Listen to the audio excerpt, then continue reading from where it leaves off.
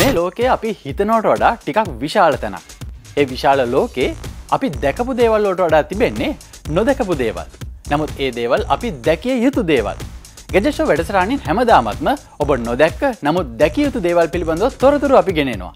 අද දවසෙත් එවැනි තොරතුරු රැසක් තිබෙනවා. එකතු වන්න මේ ගැජට් ෂෝ.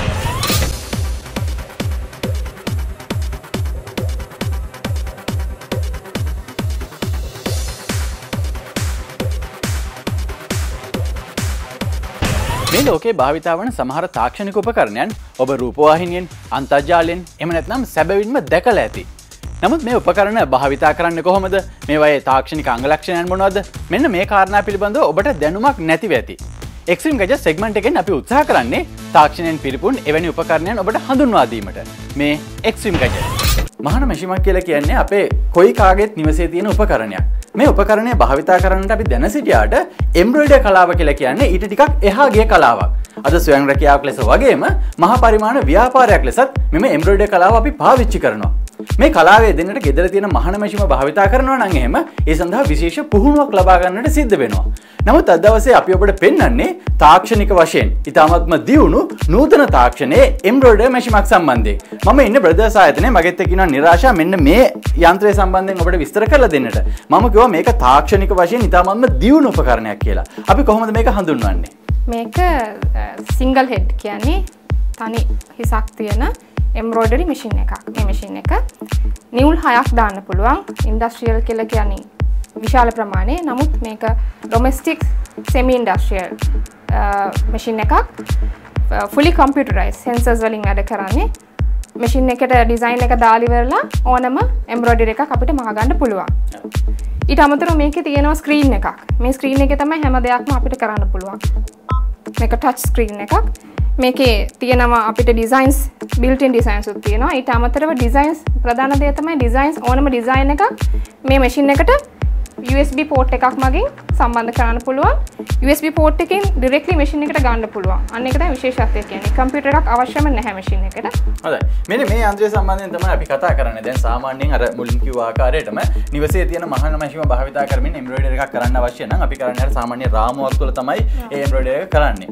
එතකොට අපේ තියෙන හැකියාවේ මට්ටමට තමයි අපිට කරගන්නට සිද්ධ වෙන්නේ මේ කටයුත්ත. නමුත් අපි කිව්ව ආකාරයට මේක පරිගණකගත කරන ලද එම්බ්‍රොයිඩර් මැෂින් එකක්. ඒ නිසාම තමුන්ට ඒ සම්බන්ධයෙන් තරම් හැකියාවක් තිබුණ නැතත් ඩිසයින් එකක් කරගන්නට පුළුවන් නම් මේ යන්ත්‍රය ආධාරයෙන් ඒ කටයුත්ත කරන්නට පුළුවන්කමක් තියෙනවා. අපි කියමු කොයි වගේ අයටද මේක වඩාත් සුදුසු වෙන්නේ? මේ මැෂින් එක ගොඩක් වටින්නේ ස්වයං රැකියාවක් කරන කෙනෙක්ට. වටිනා මැෂින් එක. තමන්ගේ සාමාන්‍ය ස්වයං රැකියාවක් එම්බ්‍රොයිඩරි ව්‍යාපාරයක් කරනවා නම් එයාට ලොකු මුදලක් දරලා ගන්න බෑ. බේසික් ඔප්ෂන් එකක් විදිහට තමයි මේ මැෂින් එක අපි හඳුන්වලා දෙන්න පුළුවන්. දැන් අපි කිව්වා මේක පරිගණකගත කරන ලද යන්ත්‍රයක් කියලා. අපි කියමු කොහොමද මේක සාමාන්‍යයෙන් ක්‍රියාත්මක වෙන්නේ කියලා. මේක ක්‍රියාත්මක වෙන්නේ ඇත්තටම ඉතාම පහසුයි. සෙන්සර්ස් වලින් වැඩ කරන්නේ. විශේෂ දැනුමක් අවශ්‍ය නැහැ මැෂින් එක ක්‍රියාත්මක කරන්න. හැම දත්තයක්ම මැෂින් එකේ ගබඩා කරලා තියෙනවා. නූල දාන තැන සිට එම්බ්‍රොයිඩරි එක අවසානයේ දක්වාම මැෂින් එක කියන කොහොමද මේක පාවිච්චි කරන්නේ කියලා, කොහොමද මේක වැඩ කරන්නේ කියලා වැරදුණු තැනක් තියෙනවා. ඒකත් මැෂින් එක අපිට දන්වන්න දෙනවා. හොඳයි. දැන් අපි මෙතනදී පොඩි රෙදි කෑල්ලක් පාවිච්චි කරලා තියෙනවා මෙන්න මේ විදිහට එම්බ්‍රොයිඩරි එකක් කරන්නට. දැන් අපිට මේ ප්‍රමාණයේ එම්බ්‍රොයිඩරි එකක් විතරයිද මේ මැෂින් එකෙන් කරන්න පුළුවන් වෙන්නේ? නෑ. ඊට වඩා කරන්න පුළුවන් දේවල් තියෙනවා. මේ මැෂින් එකේ මේ ෆ්‍රේම් එක කියලා කියන්නේ මේ රාමුව. ඊට අමතරව රාමු කීපයක් අපිට දාන්න පුළුවන්. ලොකු රාමු දාන්න පුළුවන්. විශේෂත්වයක් තියෙනවා අපේ මේ මහපු ඇඳුමක්. අපිට මහපු ඇඳුම් එම්බ්‍රොයිඩරි කරන්න අමාරුයි. ඒකට නමුත් මේ මැෂින් එකේ මහපු ඇඳුම් එම්බ්‍රොයිඩරි කරන්න පුළුවන්. ඒක තමයි විශේෂත්වය මැෂින් එකේ. ඔව් දැන් සාමාන්‍යයෙන් මහපු ඇඳුමක් අපිට එම්බ්‍රොයිඩරි කරන්න පුළුවන් කියලා කිව්වා. දැන් කැප් එකක් වගේ දෙයක් මේ හරහා මේ විදිහට අපිට ඩිසයින් කරගන්න පුළුවන්ද? පුළුවන්. ඒ මැෂින් එකට කැප් කියලා අපේ මැෂින් එකේ තියෙනවා කැප් ෆ්‍රේම් කියලා. කැප් ෆ්‍රේම් එක මාර්ගයේ මැෂින් එක ඩිරෙක්ට් කැප් එක මැෂින් එකට සම්බන්ධ කරලා කැප් එක එම්බ්‍රොයිඩරි කරගන්න පුළුවන්. මෙන්න මේ නූල් භාවිතයෙන් තමයි මේ එම්බ්‍රොයිඩරි එක සිද්ධ කරන්නේ. දැන් මෙතන නූල් කෝන් 6ක් තියෙනවා. මේ 6 විතරද අපිට භාවිත කරන්න පුළුවන්. එන්නේ පාට 6ක් විතරද එකවර එන්නේ? නෑ. එක සැරේ මෙහෙන්නේ එක පාටයි. අපිට පාට 6ක් මැෂින් එකට දාලා තියන්න පුළුවන්. මේ පාට 6 මහලට කියන්නේ පාට 6ට වඩා අමතරව 12ක් පාවිච්චි කරනවා නම් පාට 6 මහලු වුණාට පස්සේ මැෂින් එක අපිට දැනුම් දෙනවා ස්ක්‍රීන් එක මාර්ගයෙන් ඊළඟ පාට 6 මාරු කරන්න කියලා. ඊට පස්සේ පුළුවන් අපිට ඉතුරු පාට 6 මැෂින් එකට දාලා එම්බ්‍රොයිඩරි එක ඉවර කර ගන්න. ඔව් දැන් අපි ඒත් එකම කිව්වා දැන් මේ යන්ත්‍රය භාවිතා කරනවා නම් ඒ සඳහා වන විශේෂ පළපුරුද්දක් පුහුණුවක් අපිට අවශ්‍ය වෙන්නේ නැහැ කියලා. දැන් අපි කියමු දැන් සාමාන්‍යයෙන් නූලක් මේකට දාගන්න එක සංකීර්ණ කටයුත්තද කොයි වගේ දෙයක සිද්ධ වෙන්නේ? අපි කිව්වා ඒකත් පරිගණකගතව තමයි සිද්ධ වෙන්නේ කියලා. ඔව් හරිම පහසුයි. මැෂින් එකේ මෙතෙන්ට මේ මාර්ගය පැහැදිලිව දක්වලා තියෙනවා මැෂින් එකේ නූල දාන. මේ කොටස තමයි දාන්න අපහසු එක. ඒක ඉතාමත් ස්වයංක්‍රීයව දාන විදියට පෙන්වන්න පුළුවන් අපිට. ඒ නිසාම ඒ කටයුත්තවත් අපහසු නෑ. ඒක නිසා ඒක ලේසියෙන් කරගන්න පුළුවන්. ඊට පස්සේ මෙන්න මේ පරිගණක තිරය භාවිතා කරමින් ඔබට අවශ්‍ය ඩිසයින් එක මේ මැෂින් එකට ලබා දෙන්නට පුළුවන්. ඒකට ක්‍රම දෙකක් තියෙනවා. ඒ ක්‍රම දෙක ගැන කියමු. ක්‍රම දෙක මැෂින් එකේ තියෙනවා built in. ඒ කියන්නේ මැෂින් එකේ අන්තර්ගත ඩිසයින්ස් තියෙනවා. ඊට අමතරව මම අර ඉස්සලා කිව්වා වගේ ඩිසයිනර් කෙනෙක්ට මේ මැෂින් එක ගොඩක් වටිනවා. ඩිසයින් කරන ඩිසයින් එක එයා තමයි ඒ ඩිසයින් එක අඳින්නේ. එයා අඳින ඩිසයින් එක පෙන් ඩ්‍රයිව් එකට අරගෙන පෙන් ඩ්‍රයිව් එක මෙතෙන්ට USB port මෙතෙන්ට සම්බන්ධ කරලා ඒක තිරේ පෙන්නනවා. ඊට පස්සේ අපි කරපු ඩිසයින් එක තිරේ පෙන්නපු ඩිසයින් එක මැෂින් එක මාර්ගයෙන් මහා ගන්න පුළුවන්. ඔව් දැන් සාමාන්‍යයෙන් මේ සඳහා අපිට විශේෂිතව මෘදුකාංගයක් භාවිතා කරන්නට සිද්ධ වෙනවද? ඒ මෘදුකාංගය මේ යන්ත්‍රය සමගින් අපිට ලැබෙනවද? ඔව් මේ බ්‍රදර් මැෂින් එකට තියෙන විශේෂිත වූ මෘදුකාංගයක්. ඒකට කියන්නේ PE Design Next කියලා. ඒ ඩිසයින් එක PES formats embroidery කරන formats තියෙනවා. ඒ formats ඕනම ෆෝමැට් එකක් මේ මැෂින් එක රීඩ් කරන කියන්නේ මැෂින් එක දත්ත අඳුර ගන්නවා. ඉතින් ඒ ෆෝමැට්ස් වලින් මැෂින් එක ස්ක්‍රීන් එකේ පෙන්නනවා හැම ඩිසයින් එකක්. දැන් අපි කියමු දැන් කොච්චර වෙලාවක් දැන් අපි දන්නවා ඩිසයින් එකේ ක්‍රමයට එහෙම නැත්නම් ප්‍රමාණයට තමයි වෙලාව ගත වෙන්නේ. නමුත් දැන් සාමාන්‍යයෙන් අපි කියමු සමස්තයක් හැටියට ගත්තම කොයි වගේ වෙලාවක් එක එම්බ්‍රොයිඩරි එකක් කරන්නට මේකට කාලයක් ගත වෙනවා. මේ බ්‍රදර් PR650 මොඩල් එකේ SPM කියන stitches per minute අන්න ඒක තමයි වඩාත්ම වැදගත් දේ. 1000 stitches per minute විනාඩියකට stitches 1000ක් වදින්න පුළුවන්. ඒ කියන්නේ embroidery ඉදි කට්ටෙන් තමයි මේක පාවිච්චි වෙන්නේ. වේගය ඉතාමත් ඉහළයි මැෂින් එකේ. වේගය අපිට මේ පාලනය කරන්න හැකියාවකුත් තියෙනවා මැෂින් එකෙන්ම. හොඳයි. එතකොට දැන් අපි විශේෂයෙන්ම කතා කරන්නට ඕනේ දැන් මේ යන්ත්‍රය සම්බන්ධයෙන් කතා කරන විටදී විදුලි බලය මේ සම්බන්ධයෙන් යොදාගන්නේ කොයි ආකාරයෙන්ද කියලා දැන්. විදුලි බලය ඉතාමත් අඩු විදුලි බලයක් තියෙනවා. මොකද බ්‍රදර් ඉන්ටර්නැෂනල් ඒ කියන්නේ ජාත්‍යන්තර මට්ටමේ concept එකක් තියෙනවා බ්‍රදර් earth. ඒ කියන්නේ බ්‍රදර් ආයතනය විදුලි බලය සහ පරිසර සුරැකීම ගැන ඒක පදනම් කරගෙන තමයි ආයතනය තියෙන්නේ. ඉතින් විදුලි බලය ඉතාම අඩු විදුලියක් තමයි යන්නේ. 15 watts වගේ කියන්නේ අඩු විදුලි ප්‍රමාණයක ලයිට් එකක් දාන විදුලියක් පරිභෝජන විදුලිය තමයි මැෂින් එකට පාවිච්චි වෙන්නේ. දැන් ඒත් එකම මෙවැනි යන්ත්‍රයක් කෙනෙක් මිලදී ගන්නවා නම් එහෙම ඔහු වඩා සැලකිල්ලක් දක්වන දෙයක් තමයි මෙහි අමතර උපාංගයන් ගැන. විශේෂයෙන්ම මේ ඉදිකටු සාමාන්‍ය ඒවමද භාවිතා කරන්නේ අපි? සාමාන්‍ය ඉදිකටු මේ එම්බ්‍රොයිඩරි වලට වෙනම ඉදිකටු තියෙනවා. ඒක මේ එම්බ්‍රොයිඩරි කරන ඕන දන්නවා ඉදිකටු පාවිච්චි කරන. ඒ ඉදිකටු පාවිච්චි කරන්න පුළුවන් මැෂින් එකට. ඕනම නූල් සයිස් එකක් අපිට පාවිච්චි කරන්නත් පුළුවන්. පුළුවන්. සාමාන්‍ය එම්බ්‍රොයිඩරි වලට වෙනම නූල් තියෙනවා. එම්බ්‍රොයිඩරි වලට අදාළ ඕනම නූලක් පාවිච්චි කරන්න පුළුවන්. හොඳයි දැන් අපි කතා කරපු කාරණා වලට අමතරව දැන් මේ යන්ත්‍රය භාවිතා කිරීම සාමාන්‍ය නිවසේ තියෙන අර මහාන මැෂිම භාවිතා කරමින් එම්බ්‍රොයිඩරි එකක් කරනවට වඩා අපිට මොන වගේ පහසුකම්ද සලසන්නේ? මේකේ පහසුකම් කීපයක්ම තියෙනවා. මැෂින් එකේ ෆ්‍රේම්ස් මාරු කරලා මහ ගන්න පුළුවන්. ඊට අමතරව මැෂින් එක මේ එක මැෂින් එකක් නැතුව අපිට ලොකු දැන් මම ඉස්සලා කිව්වා වගේ මේක සෙමි ඉන්ඩස්ට්‍රියල් කියන්නේ සාමාන්‍යයෙන් ව්‍යාපාරයකට මහන්න පාවිච්චි කරන්න පුළුවන් මැෂින් එකක්. මේ මැෂින් දෙකක් තුනක් ඒ කියන්නේ කිහිපයක් එකතු කරලා ලින්ක් කරන්න පුළුවන්. එක කම්පියුටරේ එක ඩිසයින් එක දාලා ලින්ක් කරලා එකම ඩිසයින් එක වෙලාවෙ පටන් ගන්න සහ එක වෙලාවෙ ඉවර කරන්න ඒ කාර්යය මැෂින් එකෙන් කරන්න පුළුවන්.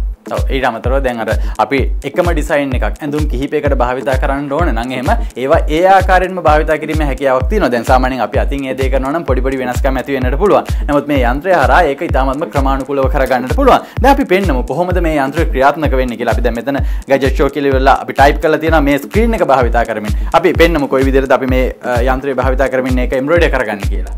ඔව් දැන් මේ අපි මේ මැෂින් එකේ තියෙන විදිහට පාවිච්චි කරන අපි නූල දාලා තියෙනවා මැෂින් එකේ. අපිට කලයක සිලෙක්ට් කරගන්නත් පුළුවන්. කලයක සිලෙක්ට් කරගන්න පුළුවන්. අපි පාට මේකේ 6ක් තියෙන 1 2 3 4 5 අපිට අවශ්‍ය කලයක මෙතනින් සිලෙක්ට් කරගෙන ඉවරලා ඒක මහ ගන්න පුළුවන්. මම කිව්වා වගේම මේ මැෂින් එකේ ස්පීඩ් එක අපි තියෙන 900ට දාලා තියෙන්නේ. 900ට අපිට ඕන නම් මෙතනින් මේ යන ගමන් අඩු කරගන්න පුළුවන්. අවශ්‍ය නම් මේක වැඩි කරගන්න පුළුවන්. තව විශේෂ දෙයක් තමයි මැෂින් එකේ කොච්චර නූල් ප්‍රමාණයක් වදිනවද කියලා ඒක මැෂින් එකේ පෙන්නලා තියෙන වෙලාව. මෙතන වෙලාව පැහැදිලි කරලා තියෙන කොච්චර වෙලාවක් යනවද කියලා. වෙලාව අඩු වෙනවා මෙතනින්. මේ හැම දත්තයක්ම මේ ගත්ත ස්ක්‍රීන් එකේ අපිට පෙන්වන්න කරලා තියෙනවා. හරි. දැන් ඒත් එක්කම දැන් මේ ආකාරයෙන් දැන් අපිට පේනවා G අකුර ටයිප් වෙලා තියෙන්නේ. ඉතින් ටිකත් මේ ආකාරයටම ටයිප් වෙලා යනවා. ඒ අතරතුරදී යම් කිසි එකකින් මේ නූල කැඩුනොත් එහෙම නැත්නම් නූල් ඉවර වුණොත් මොන වගේ දෙයක්ද සිද්ධ වෙන්නේ?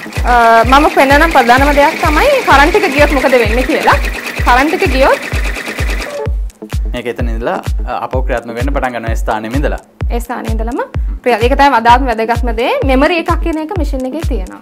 ඒ ආකාරයටම ගබඩා වෙලා තියෙනවා. අපි නවත්වූ තැනින් නැවතත් මේ යන්ත්‍රය ක්‍රියාත්මක වෙනවා. මේ තමයි මේ යන්ත්‍රය මගින් අපිට ලබා දුන්න එම්බ්‍රොයිඩරි ඩිසයින් එක. මේ වගේ ඩිසයින් පමණක් නොවේ. මීට වඩා ප්‍රමාණයෙන් කුඩා, ප්‍රමාණයෙන් විශාල, ඒ වගේම වඩා සංකීර්ණ ඩිසයින් පවා මේ යන්ත්‍රය හරහා අපිට කරගන්නට පුළුවන්. ඒ නිසාම ඔබ මේ කර්මාන්තයේ යෙදෙනවා නම් එහෙම අපි හිතනවා මේ තොරතුරු ඔබට වැදගත් වේවි කියලා. මෙවැනි නව තාක්ෂණය සමගින් ඔබට පුළුවන් ඔබේ කර්මාන්තය වඩා පහසුවෙන් කරගන්න, වඩා ලාභදායීව කරගන්න, ව්‍යාපාරයක් බවට පත් කරගන්න.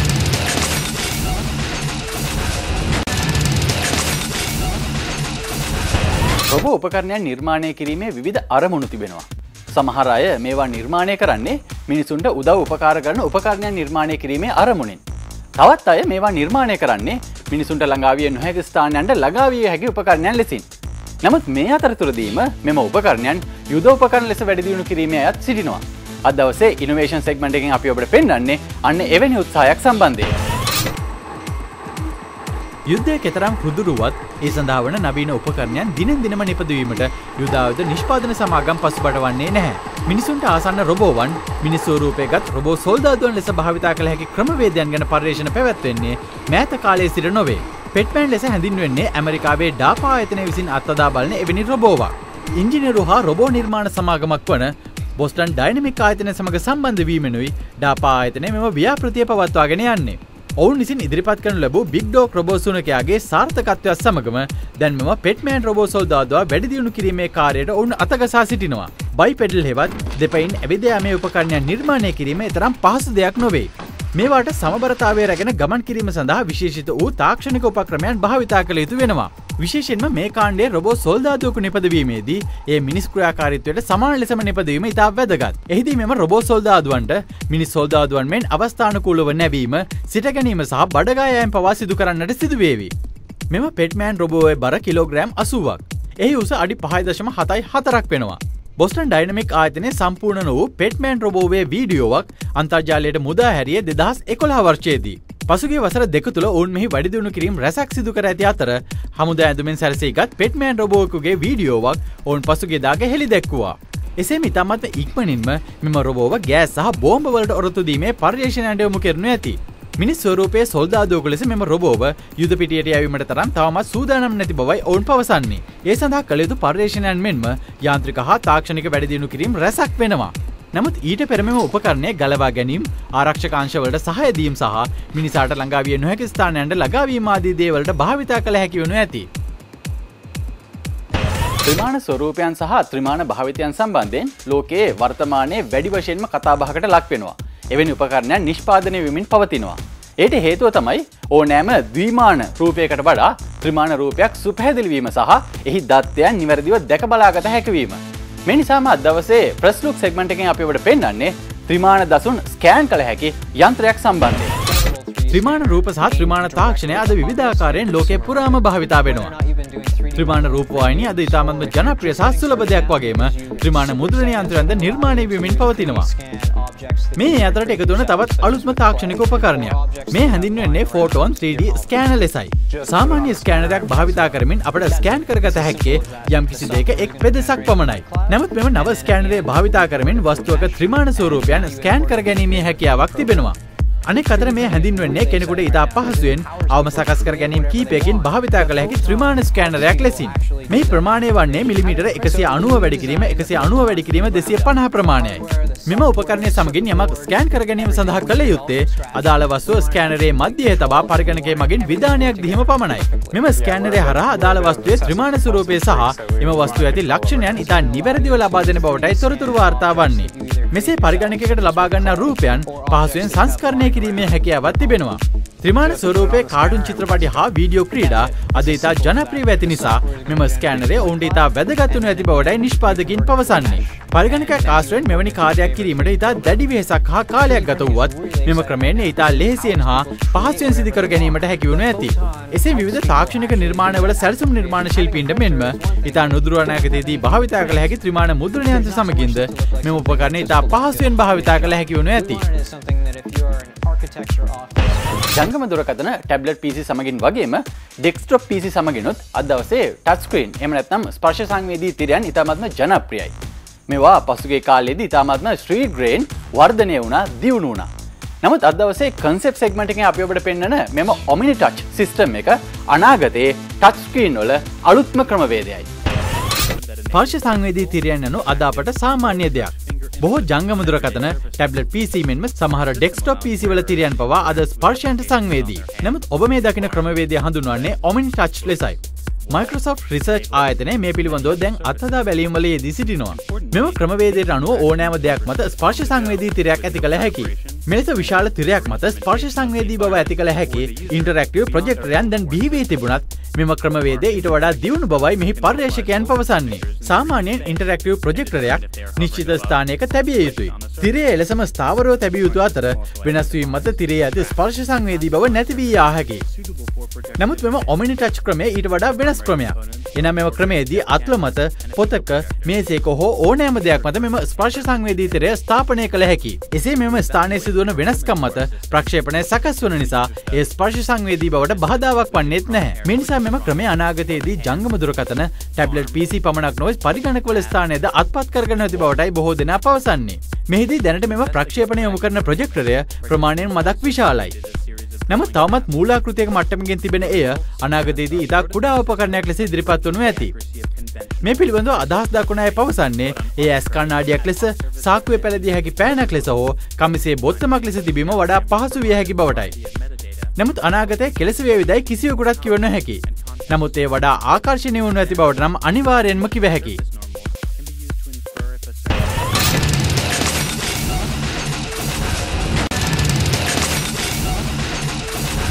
කාචයන් එහෙම නැත්නම් වීදුරු මිනිසුන් මේවා භාවිතා කිරීම ආරම්භ කරේ ක්‍රිස්තු පූර්ව යුගයේ සිට.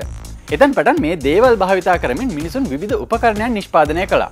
එහෙම නිෂ්පාදනය කරන ලද එක් උපකරණයක්නේ අන්වීක්ෂ. එහෙම නැත්නම් කුඩා දේ ලොකු කර බලන උපකරණය. අද දවසේ අපි ඔබට මිනිගය සෙග්මන්ට් එකෙන් පෙන්වන්නේ නවීන තාක්ෂණය අනුව නිපදවූ අන්න එවන් උපකරණයක් සම්බන්ධයෙන්. කුඩා දේ ලොකු කර බලන කාචයන් ගැන අපි කවුරුත් දන්නවනේ. මේවා අපි කවුරුත් පාවිච්චි කරලා තියෙනවා. සාමාන්‍යයෙන් නම් අපි උත්තල කාචයක් මේ වගේ දේවල් වලට භාවිතා කරනවා. එහෙම නැත්නම් විද්‍යාගාරයක නම් විශේෂයෙන්ම අන්වීක්ෂයක් වගේ දෙයක් අපි පාවිච්චි කරනවා. නමුත් ඕනෑම කෙනෙකුට පාවිච්චි කරන්නට පුළුවන් වෙන විවිධ ප්‍රමාණයේ කුඩා දේවල් විවිධ ප්‍රමාණයෙන් විශාල කර බලන්නට පුළුවන්. ඒත් එකම LED තාක්ෂණය යම්කිසි ආකාරයකින් භාවිතා කරන උපකරණයන් කීපයක් තමයි අපි ඔබට හඳුන්වලා දෙන්නට සූදානම් වෙන්නේ. මගෙත් එක්ක ඉන්නවා සාලිය මේ උපකරණයන් ගැන හඳුන්වන්නට. උපකරණ 4ක් තියෙනවා. ඒ 4ෙන් අපි එකින් එක අරගෙන කතා කරමු. අපි සමස්තයක් හැටියටම කියමු මේක මොකද්ද? දැන් අපි අර සාමාන්‍යයෙන් දකින උත්තල කාචයකට වඩා මේකේ තියෙන වෙනස මොකද්ද? අපි එතනින්ම පටන් ගමු. ඔව් ඇත්තටම මේ උපකරණ 4ම ගත්තොත් මේ 4ම අපි හඳුන්වන්නේ LED මයික්‍රොස්කෝප්ස් කියලා තමයි හඳුන්වන්නේ.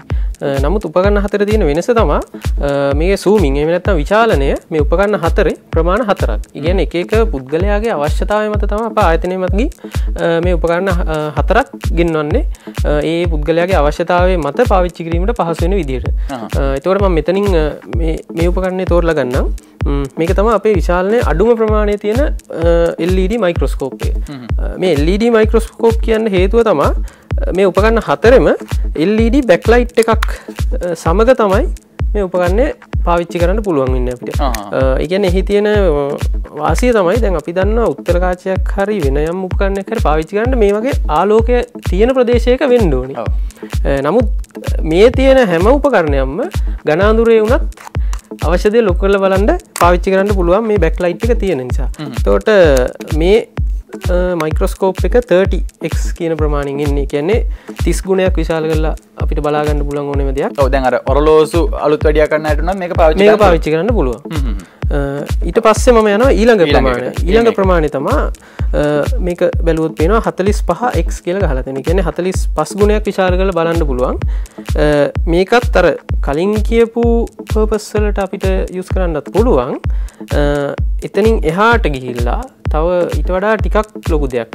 උදාහරණයක් විදිහට මොකක් හරි ඩොකියුමන්ට්ස් වල තියෙන සූක්ෂම දේවල් මොන හරි බලා ගන්න අවශ්‍ය කෙනෙක්. දැන් ඔය අර අපි සමහර වෙලාවල් වලදී බෙහෙත් තියෙන යම්කිසි පැකට්ටුවක් ගත්තට පස්සේ ඒකේ උපදෙස් ඉතාමත්ම කුඩා අකුරෙන් සඳහන් වෙලා තියෙන්නේ. අන්න එවැනි අවස්ථාවකට එක්ක මේක පාවිච්චි කරන්නත් පුළුවන්. එහෙම නැත්නම් මේක පාවිච්චි කරන්නත් පුළුවන්. ඒ වගේම විශේෂයෙන්ම මේ පැරණි ඩොකියුමන්ට්ස් වල තියෙන දේවල් බලා ගන්න අවශ්‍ය වෙලාවට. එහෙම නැත්නම් කුඩා වයස් ප්‍රමාණයේ ළමයින්ට මේක ගොඩක් වෙලාවට යූස් කරන්න පුළුවන්. මේ පාසලේදී ලැබෙන ඒ සමහර ක්‍රියාකාරකම් වලට මට මතකයි අපේ කාලෙදී මේ වගේ උපකරණ තිබ්බේ නැහැ. ඔව්. දැන් අර අපි කියන සමහරට අපිට කූඹියෙක්ගේ සැබෑ ස්වරූපය දැක ගන්න ඕනේ.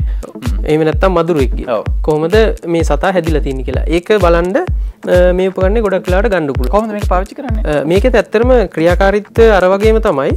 අර LED backlight කියන එක මෙතනින් on කරගන්න පුළුවන්. ඊට අමතරව මෙන්න මේ කොටස මගින් කුඩා ප්‍රමාණයක ෆෝකසින් ඇඩ්ජස්ට්මන්ට් එකක් කරගන්න පුළුවන්. ඔව් මේ කොටස මොකද්ද? මේ කොටස මත ඇතුලේ තමයි මේ LED backlight එකට අවශ්‍ය බැටරි සහ උපකරණ ටික තියෙන්නේ. හොඳයි. දැන් ඒ තමයි දෙවෙනි උපාංගය. ඊට පස්සේ අපි ගමු මෙන්න මේක. මේක තවත් ටිකක් වැඩිපුර යමක් zoom කරන්නට එහෙම නැත්නම් මේ විශාලනය කරන්නට පුළුවන් වෙන උපකරණයක්. අපි ඒ ගැන කියමු. ඔව් ඇත්තටම මේ උපකරණයේ zoom in එක ගත්තොත් එහෙම මෙතන සඳහන් කරලා තියෙනවා 60x to 100x කියලා. ඔව් මෙන්න මේ හරිය තමයි සඳහන් වෙලා තියෙන්නේ. 60x to 100x කියලා. ඒ කියන්නේ මේ උපකරණය 60 සිට 100 දක්වා විශාලනය ඇඩ්ජස්ට්මන්ට් කරන්න පුළුවන් විදිහට තමයි හදලා තියෙන්නේ. ඊට අමතරව ෆෝකසින් ඇඩ්ජස්ට්මන්ට් එකකුත් තියෙනවා මේ උපකරණේ. මම මේ උපකරණයත් එක්කම අනිත් උපකරණයක් දෙන්න කියලා පොඩ්ඩක් ඉල්ලා සිටිනවා. මොකද මේ උපකරණ දෙකම එක සමාන එක ස්වරූපේ. සුදු පාට උපකරණය 160x to 200x කියලා තියෙනවා. කළු පාට උපකරණේ 60x to 100x කියලා තියෙනවා. හැඩය ගත්තොත් දෙකම එක වගේ. මේ උපකරණ දෙකම බොහෝ විට භාවිතා කරන්නේ විශ්වවිද්‍යාල සිසුන් එහෙම නැත්නම් සත්ව කොටස් සහ ශාක කොටස් වැනි ගොඩාක්ම සූක්ෂම දේවල් විද්‍යාගාර ප්‍රමාණයෙන් බලන කෙනෙක්ට මේ උපකරණ දෙකම පාවිච්චි කරන්න පුළුවන් තමන්ගේ අවශ්‍යතාවය හැටියට මේ අදාළ විශාලන ප්‍රමාණය සහිතව. අපි කියමු මේ එක උපකරණයකුත් භාවිතා කරන හැටි. අපි කිව්වා මේකේ ෆෝකසින් හදන්නටත් පුළුවන් කියලා ඉවරලා ඒත් එක්කම අර විශාලනය කරන්නටත් පුළුවන් කියලා. LED light එක කොහොමද පත් වෙන්නේ අනේ දෙක පොඩ්ඩක් අපි කියමු. මෙතන LED light එක ගත්තොත් එහෙම on off switch එකක් තියෙනවා. මේ තුලින් මේ උපකරණ ඇතුලින් LED එකක් පත් වෙනවා පේනවා. මේ උපකරණ ඇත්තටම ටික සූක්ෂම වැඩි. ඒ නිසා ගොඩක් ස්ටේබල් තියලා තමයි මේ උපකරණේ මොන හරි දෙයක් සර්ච් කරනවා නම් සර්ච් කරන්න වෙන්නේ. කොහොමද මේකේ ෆෝකසින් හදාගන්නේ? මේ උපකරණේ zoom in knob එක මේක. මේ knob එක කරකනකොට ලෙන්ස් එකේ හැම යනවා පේනවා. ඊට අමතරව focusing knob එක තියෙනවා. ඒ knob එක කරකවීමෙන් අපි සාමාන්‍ය ඕනෙම කැමරාවක හරි වෙනත් උපකරණයක ෆෝකසින් කියන පැහැදිලි කර ගැනීම කරගන්න පුළුවන්. ඉතින් මේ තමයි මේ උපකරණ වල තියෙන වාසිය. විශේෂයෙන්ම මේවා ඊටාමම පහසුවෙන් ඕනෑම තැනකට ගෙනියන්නට පුළුවන්. ඒත් එක්කම බරින් ඊටාමත්ම අඩුයි. ඒ නිසාම හොඳ ප්‍රයෝජනයක් ලබා ගන්නට පුළුවන්. ඒත් එක්කම අපි දන්නවා අර විද්‍යාගාර කාර්යයන්හි යෙදී සිටිනවා නම් එහෙම පෞද්ගලිකවම මෙවැනි උපකරණයක් තියෙන එක ඊටාමත්ම වැදගත්. මොකද එහි අභ්‍යන්තර දේවල් එහෙම නැත්නම් අර කුඩා දේවල් වල විශාලන ස්වරූපයන් ඔබට දැනගන්නට දැක ගන්නට පුළුවන් වෙන නිසා. ඒත් එක්කම අපි කියමු දැන් මේ වගේ LED light එකක් තියෙනවා. ඒ නිසාම මේවල බැටරි බලය කොයි වගේද? ඒවා කොහොමද පාවිච්චි වෙන්නේ? කොච්චර කාලයක් මේවා පාවිච්චි කරන්න පුළුවන්ද? ඔව් ඇත්ත වශයෙන්ම දැන් ඔබ කියපු අර LED කියන තාක්ෂණය හඳුන්වලා දීලා තියෙන්නේ ඉදාම අඩුම බලයකින් වැඩි කාලයක් පාවිච්චි කරන්න පුළුවන් වෙන විදිහට. ඒ නිසා ඇත්තටම මේ උපකරණය ගත්තොත් ඉතා කුඩා LED බල්බයක් ඇතුළේ තියෙනවා පේනවා. මේ බල්බෙට ලබා ගන්න විදුලිය බොහොම අඩුයි. නමුත් භාවිතා කරන කෙනා සහ භාවිතා කරන කාලය මත මේ බැටරි වල ආයු කාලය රඳා පවතිනවා. ඒ වුණත් මෙන්න මේ විදිහට මේ උපකරණයක් අපිට ගලවන්න පුළුවන්. බැටරිස් 3ක් දීලා තියෙනවා. මේ බැටරිස් ඉතාම පහසුවෙන් වෙළඳපොලෙන් ලබා ගන්න පුළුවන්. ඔව් අර කොයින් සෙල් කියන බැටරි 3ක් තියෙන්නේ. මේ බැටරි 3 මෙතෙන් අපිට රීප්ලේස් කරන්න විතරයි තියෙන්නේ. මේ පොඩි ඒවට කොහමද? මෙන්න මේ උපකරණ වලට මේ උපකරණවලත් ඊට සමාන ක්‍රමයකටම තමයි තියෙන්නේ. මේ උපකරණය ගත්තොත් එහෙම මෙතනින් පුළුවන් මෙන්න මේ නොබ් එක කරකවලා මේක ඇතුලේ මේකේ බැටරිස් තියෙනවා. ඒක අපිට රිප්ලේස් කරන්න තමයි තියෙන්නේ. ඔව් ඒ නිසා මේ කාරණේ ලෙහෙසියෙන් කරන්න පුළුවන්කමක් තියෙනවා. ඒකම දැන් අපි කතා කරමු මේ වගේ ආරක්ෂාව සම්බන්ධයෙන්. සාමාන්‍යයට අපි ඔබ කිව්ව ආකාරයට අපිට අවුට්ඩෝර් ඇක්ටිවිටි එකක් සඳහා එහෙම නැත්නම් එළියේ භාවිතා කරන ඇක්ටිවිටි එකක් සඳහා මේවා භාවිතා කරන්න පුළුවන්. යම්කිසි හේකින් මේවට ජලයෙන් හානි වෙන්නට පුළුවන්ද, දුහවිල්ලෙන් හානි සිදු වෙන්නට පුළුවන්ද, මේකක් අපි අතින් බිමට අතහැරනොත් හානියක් සිද්ධ වෙන්නට පුළුවන්ද, කොයි විදිහටද? ඔව් ඒ ගැන කියනවා නම් ඇත්තටම දැන් ඔබ කියපු කාරණා තුනක් කිව්වා. ජලය, දුහවිල්ල සහ බිම වැටීම කියන එක. අපි ඕනෙම උපකරණයක් ගත්තොත් එහෙම ඔය කාරණා තුනෙන් හානි වෙන්න පුළුවන් එක්තරා ප්‍රමාණයක් තියෙනවා. එතකොට ඒ අපි බිම් වැටෙන එක ගත්තොත් අපිට මේ ප්‍රමාණයේ සිට බිම් වැටෙන්නත් පුළුවන්, ඊට උඩක සිට බිම් වැටෙන්නත් පුළුවන්. එතකොට මේ බිම් වැටෙන මට්ටම මත තමයි ඒක බලපන්නේ. වගේ මේ උපකරණ හැම එකටම ඒ වගේ හානි විය හැකි මට්ටමක් තියෙනවා. කොයි මට්ටමද ඒක? සාමාන්‍යයෙන් ඉහළ උඩගෙන බිම වට්ටලා නම් බලලා නැහැ. නමුත් මේ වගේ ප්‍රමාණික සිට නම් ඕනේ තරම් වැටිලා තියෙනවා. අපි පාවිච්චි කරන ප්‍රමාණයේ සිට.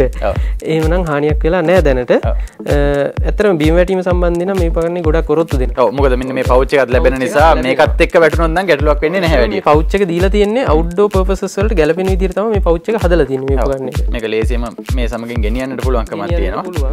ඔව්. ගොඩක් සූක්ෂම උපකරණ ඇතුලේ නැති නිසා වතුර සහ දූවිල්ලෙන් සිදුවන හානිය ගොඩක් අඩුයි.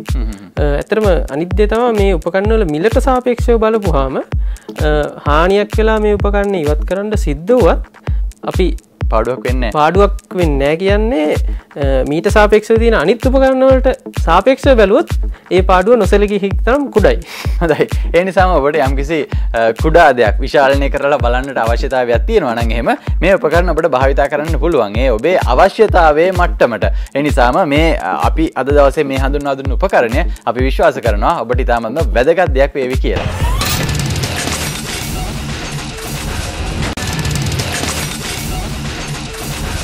ෆැක්ස් යන්ත්‍රයන් අපි ඕනෑ තරම් දැක තිබෙනවා. මේවායේ ප්‍රයෝජනය අපි රැගෙන තිබෙනවා.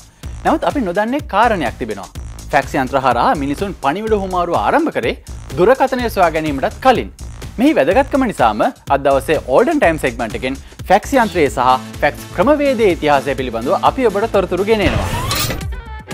ලියන ලද ලිපියක් ගෙන්වා ගැනීමට හෝ අත්වන සහිත ලේඛනයක් ගෙන්වා ගැනීමට වර්තමානයේ භාවිතා කරන සුලභ උපකරණයක් ලෙසයි ෆැක්ස් යන්ත්‍රය හැඳින්වෙන්නේ. ඉහති වැදගත්කම නිසාම වර්තමානයේ ඕනෑම කාර්යාලයක මෙන්ම නිවෙස්වල පවා මෙම යන්ත්‍රයන් දකින්නට පුළුවන්. ෆැක්ස් යන්ත්‍රයේ ඉතිහාසය ගැන සොයා බැලීමේදී ඒ 1846 තරම් ඈත අතීතයකට දිව යනවා.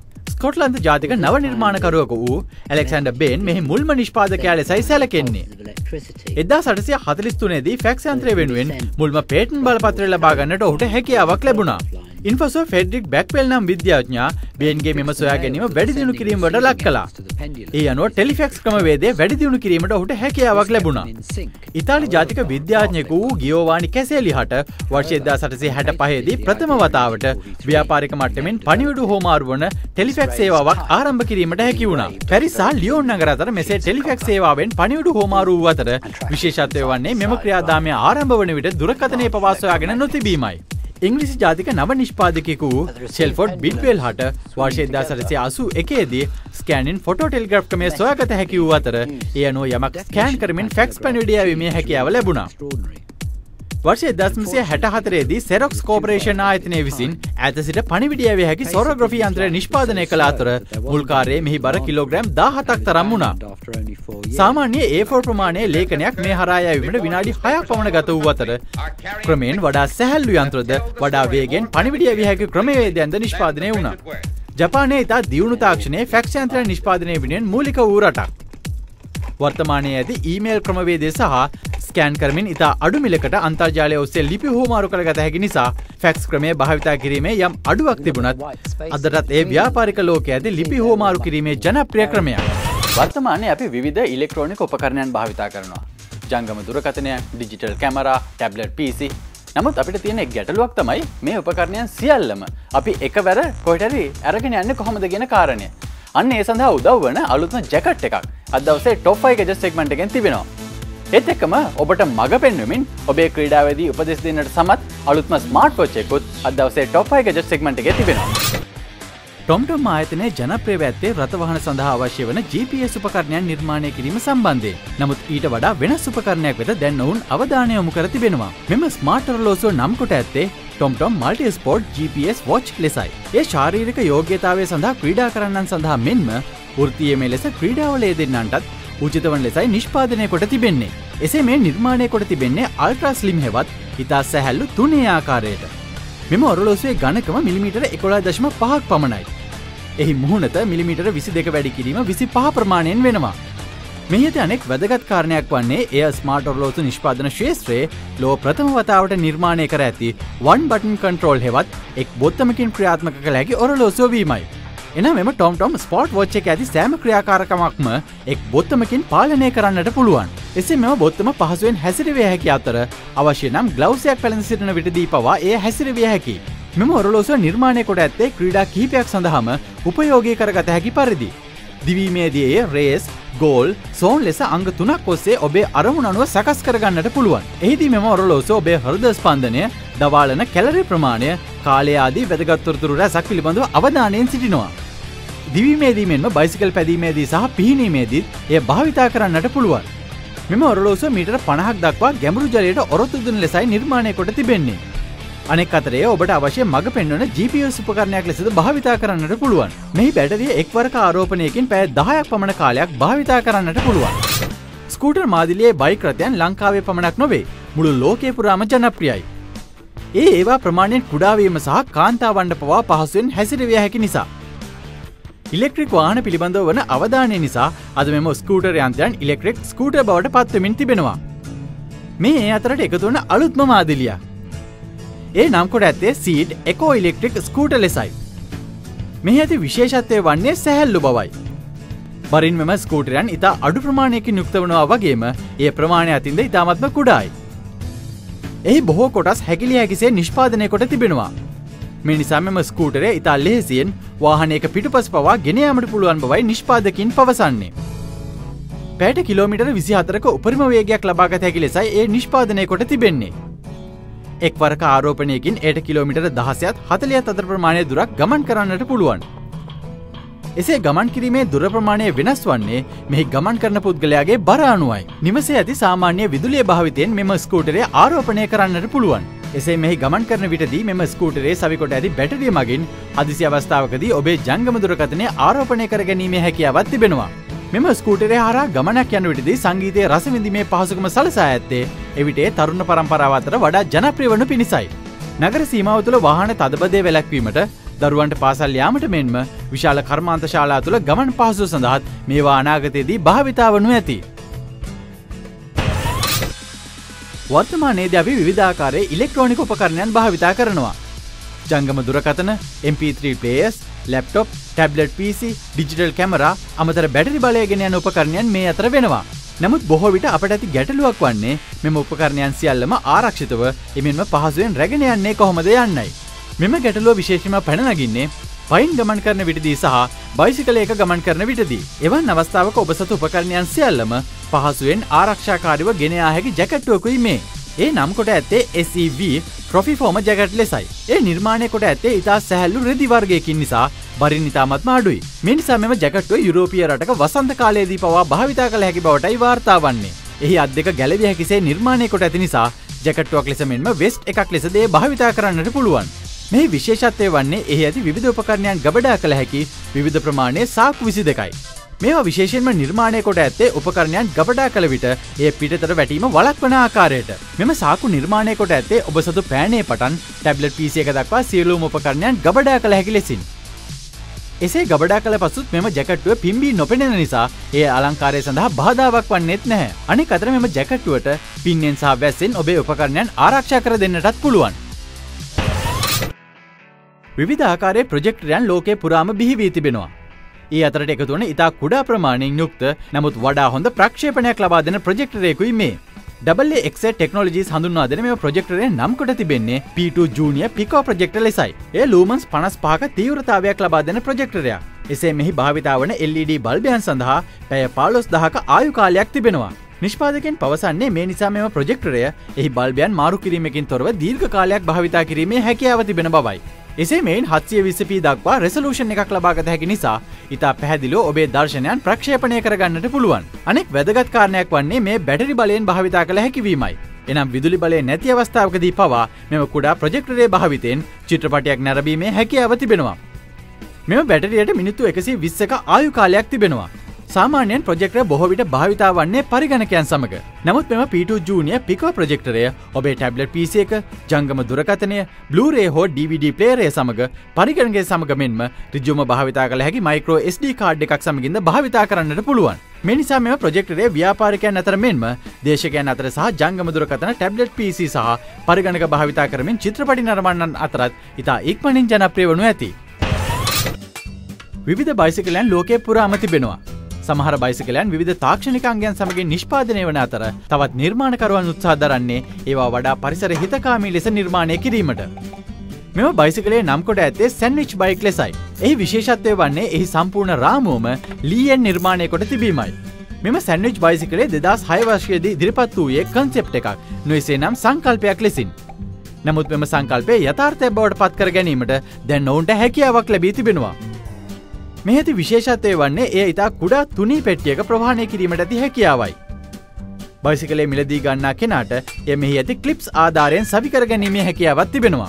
මේ ඇති විවිධ කොටස් 50ක් පමණ එකට එකතු කිරීමෙන් තමන්ගේම බයිසිකලේ එකලස් කර ගැනීම ඉතා විනෝදජනක බවයි බොහෝ දෙනා පවසන්නේ.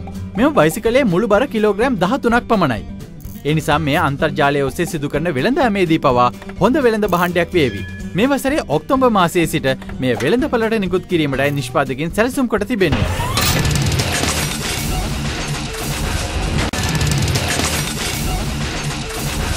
ට්‍රැක්ටරයක් අපි කවුරුත් දැක තිබෙන උපකරණයක්. නමුත් ඔබ දැක තිබෙනවද ලෝකයේ ලොකුම ට්‍රැක්ටරය? අද දවසේ ගැජට් නිවුස් සෙග්මන්ට් එකෙන් අන්න ඒ පිළිබඳව තොරතුරු අපි ඔබට කියනවා. ගායන සංගීතය වඩාත් හැඩවත් වන්නේ වයන සංගීතය එකට මුසු වුණාම. ඒ සඳහා භාවිතා වන අලුත්ම සංගීත උපකරණයක් ගැන තොරතුරු අද දවසේ ගැජට් නිවුස් සෙග්මන්ට් එකේ තියෙනවා. සංගීතය පරිපූර්ණ වන්නේ ගැයීම මෙන්ම වැයීමත් නිසි ලෙස සංකලනය වූ විට. විවිධ වාද්‍ය භාණ්ඩ සංගීතය සඳහා අතීතයේ සිටම බිහි වී ඇති අතර මෑත ඉතිහාසයේ බිහි වූ භාණ්ඩද ඒ අතර වෙනවා. වයලිනය වගේම කීබෝඩ් එක සංගීත ලෝකයේ ඇති ජනප්‍රිය මෙන්ම කවුරුත් දන්නා වාද්‍ය උපකරණයන්. ඔබ මේ දකින්නේ නවීන තාක්ෂණය හා මුසුව නිපදව ඇති මෙම උපකරණයන් දෙකේ සංකලනයක්. ඒ නම් කොට ඇත්තේ ඕබෝ ලෙසයි. වයලිනය යනු සංගීත ලෝකයේ ඇති වැයීමට එතරම් පහසු නැති උපකරණයක්. එහි නිසි ස්වරස්ථානයන් හඳුනා ගැනීමට ඇති අපහසුතාවය නිසා මෙම ඕබෝ උපකරණය සමග එම අපහසුතාවය නැති වී යාවි. ලේස කිරණයක් මත කරන පිරිමැදීම සිදුවන්නේ වයලින් එක බෝ එකක ආධාරයෙන්. මේට සම්බන්ධ කොට ඇති කීබෝඩ් එක මගින් අවශ්‍ය ස්වරස්ථානයන් සැකසීම සිදු කරන්නට පුළුවන්. මෙම උපකරණය 2009 වර්ෂයේ ඉදිරිපත් වූයේ මූලාකෘතියක මට්ටමින්. වර්තමානයේ සංගීතය සඳහා භාවිතා කළ හැකි මට්ටමට දියුණු වී හමාරයි. බොහෝ දෙනා පවසන්නේ ඉතා ඉක්මනින්ම මෙම උපකරණය සංගීත කණ්ඩායම් සහ වාද්‍ය ශිල්පීන් භාවිතා කරනු ඇති බවටයි. ට්‍රැක්ටරයක් යනු අපි කවුරුත් දැක ඇති යන්ත්‍රයක්. කෘෂිකාර්මික කටයුතු සඳහා භාවිතා කළ හැකි යන්ත්‍රයක් ලෙස එය පෙර අපර දෙදිගම ජනප්‍රියයි. මේ ඔබ දකින්නේ ලෝකයේ ඇති විශාලතම ට්‍රැක්ටරයයි.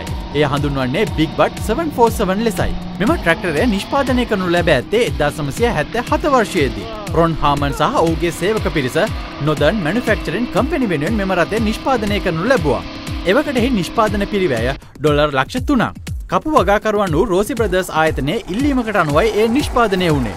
අශ්ව බල 760ක් ජනනය කළ හැකි සිලින්ඩර 16ක ඩෙට්‍රොයිට් ඩීසල් එන්ජිමක් මෙම රථයේ සතු වෙනවා. මෙම රථයේ දිග අඩි 27ක් වන අතර පළල අඩි 20ක්. එසේ මෙහි උස අඩි 14ක්. යුනයිටඩ් ටයර් සමාගම මෙම ට්‍රැක්ටරය වෙනුවෙන්ම අඩි 8ක් වන සුවිශේෂී ටයරයන් නිෂ්පාදනය කර තිබෙනවා. එසේ මෙහි ඉන්ධන ටැංකිය ගැලොන් 1000ක ප්‍රමාණයෙන් වෙනවා. ඉදිරියට වේග සීමා 6ක් සඳහා සහ පසුපසට එක් වේග සීමාවක් සඳහා වන ගිය පද්ධතියක්ද මේ සතුයි. මුළු ඉන්ධන ප්‍රමාණය සමගම මෙම දැවන්ත යන්ත්‍රයේ බර රාත්තල් ලක්ෂයකටත් වඩා වැඩි. හිමිකරුවන් කිහිප දෙනෙක්ම මේ ප්‍රයෝජනයට ගෙන ඇති අතර එය වර්තමානයේ දක්වාත් භාවිතයට ගැනෙනවා. Samsung සමාගම Galaxy කාණ්ඩය යටතේ ඉදිරිපත් කරන ජංගම දුරකථනයන් වර්තමානයේ ලෝ පුරා වඩා ජනප්‍රිය වී තිබෙනවා. මෙම කාණ්ඩයේම ජංගම දුරකථනයක් මේ මාසයේදී එළි දැක්වීමටයි ඔවුන් සූදානම් වන්නේ. ඒ නම් කොට තිබෙන්නේ Samsung Galaxy Mega ලෙසයි. ඒ නිෂ්පාදනය වන්නේ වඩා විශාල තිරයක් සහිත ජංගම දුරකථන පරිහරණයට කැමති පාරිභෝගිකයන් සඳහායි. මෙම Galaxy Mega ජංගම දුරකථනය අඟල් 5.8 හෝ අඟල් 6.3 ප්‍රමාණයෙන් ලබා ගන්නට පුළුවන්. එසේ මෙම තාක්ෂණය HD තාක්ෂණයෙන්ුයි නිර්මාණය වන්නේ. එනිසා මේ එක්තරා ආකාරයකින් ටැබ්ලට් PC සඳහා අභියෝගයක් වේවි. මෙගාපික්සල් 8ක පසුපස කැමරාවක්, මෙගාපික්සල් 1.9ක ඉදිරිපස කැමරාවක් සහිතව වන මෙම ජංගම දුරකථනයේ උස මිලිමීටර 162.6ක් වෙනවා. එහි ඝනකම මිලිමීටර 9ක් වන අතර බර gram 182ක්. ගිගාහර්ට් 1.4ක dual core ප්‍රොසෙසරයක්, gigabyte 1.5ක RAM මතකයක් මෙන්ම ගිගාබයිට් 8ක අභ්‍යන්තර මතකයක් දෙහි වෙනවා. MH2600ක බැටරියක් ඒ සතු වන අතර Android 4.2 Jelly Bean මෙහෙයුම් පද්ධතිය සමගින් ඒ ක්‍රියාත්මක වේවි. මීට අමතරව මෙම ජංගම දුරකථනයට ආවේනික ලක්ෂණයන් කිහිපයක්ම ඇති අතර ඒට 8 දෙනෙකු දක්වා එකම Wi-Fi ජාලයක් භාවිතා කරමින් තොරතුරු හුවමාරු කර ගැනීමේ හැකියාව තිබෙනවා. මෙහි ඇති වඩා පුළුල් තිරය, සුපැහැදිලි දසුන් හා ඉතා තිවුරු ශබ්දය නිසාම එය චිත්‍රපටි, වීඩියෝ නරඹන්නන් අතර මෙන්ම පරිගණක ක්‍රීඩකයන් අතරත් ඉතා ඉක්මනින් ජනප්‍රිය වනු ඇති. එක් ඥානවන්ත පුද්ගලයෙක් මෙන්න මේ වගේ කතාවක් කියලා තියෙනවා. ලෝකයේ නිවැරදි කිරීමේ මූලික පියවර තැබිය යුත්තේ තම තමන් නිවැරදි වීමෙන් කියලා. ඒ නිසාම ඔබත් මේ පිළිබඳව අවධානය යොමු කරන්න. අද දවසෙත් ගැජට් ෂෝ අවසන් කරන්නට අපි සූදානම් වෙන්නේ. නමුත් වටිනා තොරතුරු රැගෙන ලබන සතියේත් අපි එනවා ඔබ හමුවන්නට. එතෙක් සුබ සතියක්.